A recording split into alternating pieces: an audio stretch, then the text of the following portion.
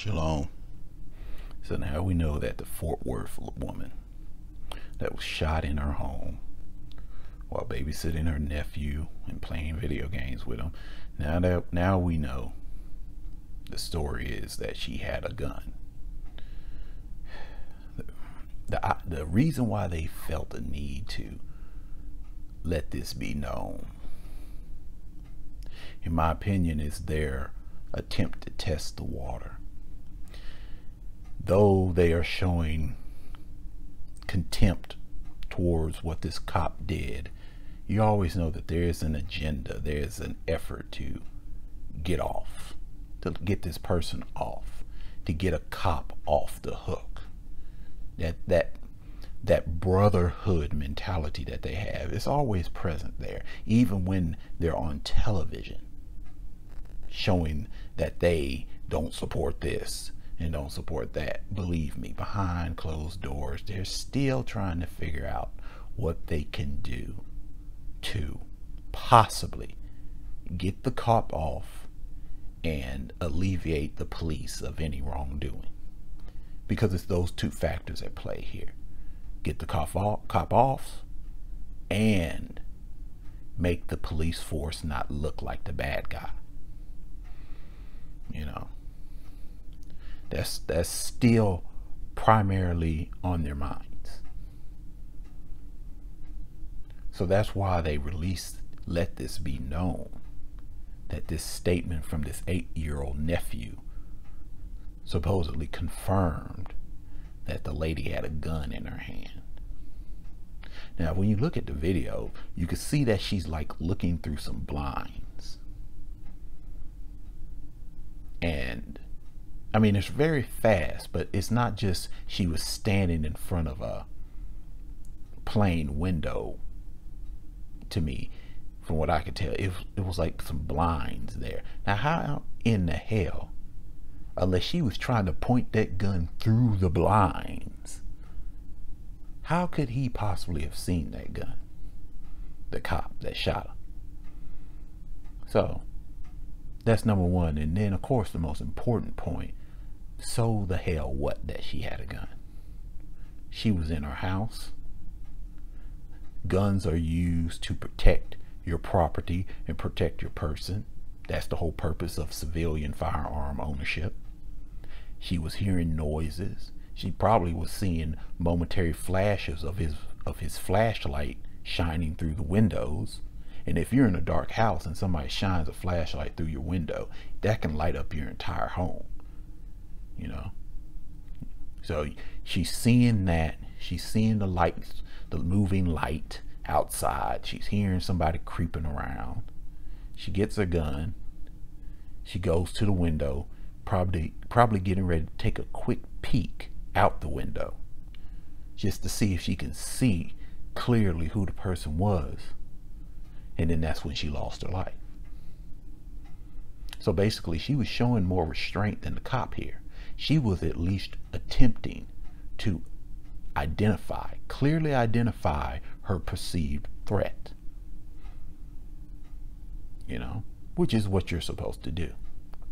You don't blindly shoot through windows. You don't blindly shoot through closed doors.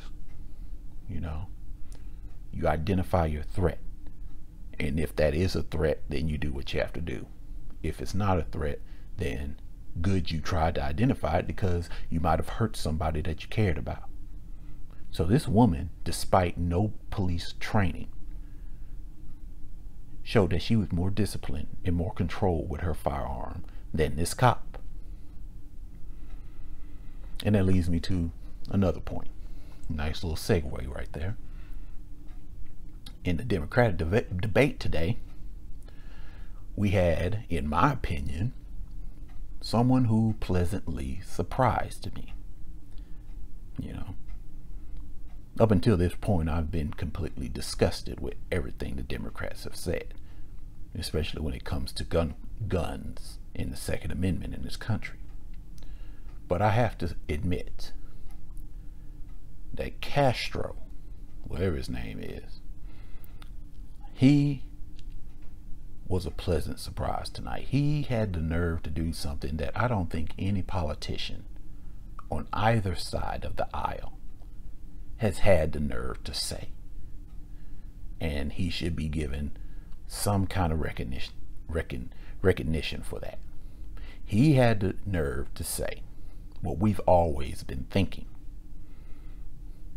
And that is, all this talk about gun violence committed by civilians. But when the police do something, isn't that also gun violence? Why is it that we never hear that side of the story, particularly from the left, when it comes to civilian ownership of guns? They're always telling us we need more regulations. They're always telling us that we need some kind of training, and they're always telling us that we need some kind of restriction to reduce gun violence. But when the police engage in their wrongful shooting antics, showing that they apparently need better training, that they apparently need more restrictions, that they apparently need regulations, we never hear the left say anything about that, or the right. But naturally, you wouldn't expect to hear it from the right. You would expect to hear that from the left. And only up until tonight has anyone on the left been willing to say that. And that's what Castro did. So he deserves kudos for that. Because you cannot leave anyone out of this argument. If you want to say that gun violence is a problem in America, all aspects of gun violence must be included in that discussion, including that gun violence that is committed by U.S. police forces. This constant overlooking their gun violence is part of the reason why that young Fort Worth woman is dead today. We had a cop out there who obviously was not sufficiently trained, who obviously, or who quite probably, harbored some type of psychological perturbation. You know, maybe he had some type of bias in his heart, considering the neighborhood that he was being dispatched to. Maybe he was going there ready to shoot someone black. He just figured that he would walk up on maybe somebody engaged in a home invasion. That was the type of black person that he was ready to shoot. That's why he was creeping about. That's why he did not give any indication of his presence. He was hoping to sneak up on a black person engaged in criminal behavior to let him down, to let that person down. He was conspiring to do wrong. It just blew up in his face. So, with all this talk about the need for better civilian regulations on firearms, better training, better restrictions and requirements, included in that conversation should also be the police. Because time and time again, they are shown to be ill-equipped for the responsibility that they choose to take on. Time and time again, they have shown that they don't have the same level of restraint that civilians are told to have whenever engaging in protection of their lives with a firearm. We've seen time and time again. The brother a few years ago was Philando Castile, I believe his name. Concealed weapons license holder. Told the cop that he had a concealed weapons license. told him that he was armed. But then when he went to either retrieve his wallet or unbuckle his seatbelt, the cop immediately perceived him as going for his gun. The threat did not even need to be presented, only the perception of a threat. Isn't that what this cop in Fort Worth said? He perceived danger, which means they don't even have to see a gun. They don't even have to have the threat presented. In their minds, they have the right to defend themselves just if they perceive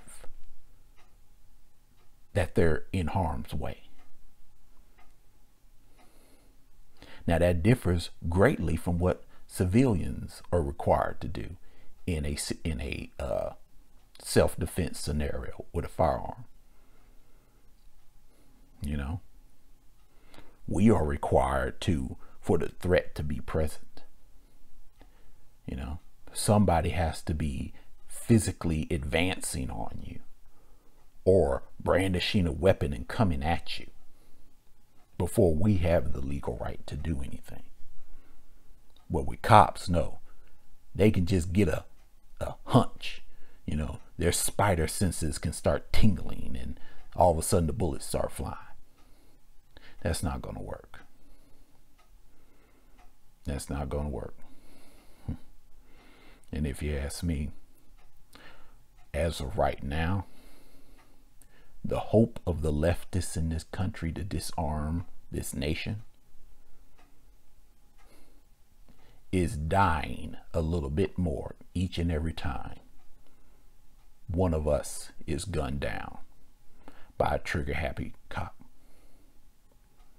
The hope of seeing America become like these European countries is dying a little bit each and every time one of us is killed by a trigger-happy cop.